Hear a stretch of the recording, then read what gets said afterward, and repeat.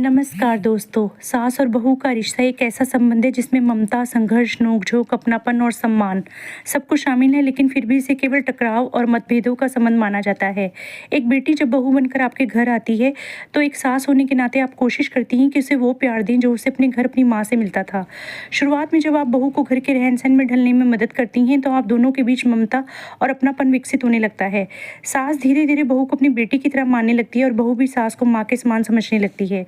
सास बहू की देखभाल करती है और उसे परिवार का हिस्सा बनाने का प्रयास करती है। बहू भी समय के साथ सास के अनुभवों को समझती है और परिवार का महत्वपूर्ण हिस्सा बन जाती है। लेकिन चूंकि सास और बहू दो अलग-अलग पीढ़ियों से आती हैं, जिनकी सोच, आदतें और परंपराएं भिन्न होती हैं, ऐसे में कई बार छोटी-छोटी बातों पर तकरार हो जाती है, जो कि स्वाभाविक है। असल में सास बहू पर अपना प्यार लुटाकर उससे अपने पारंपरिक मूल्यों को निभाने की अपेक्षा रखती है, जबकि बहू आधुनिक विचारों और नई सोच के साथ परिवार में आती है। वह सोचती है कि जैसे सास उससे अपेक्षा कर सकती है, वैसे ही वह भी अपनी सास से उसे समझने की अपेक्षा कर सकती है। यही बात कई बार टकराव की वजह बनती है और आप कहती हैं कि बहू आपकी सुनती ही नहीं। कई बार घर के कामकाज करने के तरीकों को लेकर, बच्चों की परवरिश और उन्हें संस्कार देने जैसे विषयों पर सास बहू में नोक-झोंक देखने को मिलती है।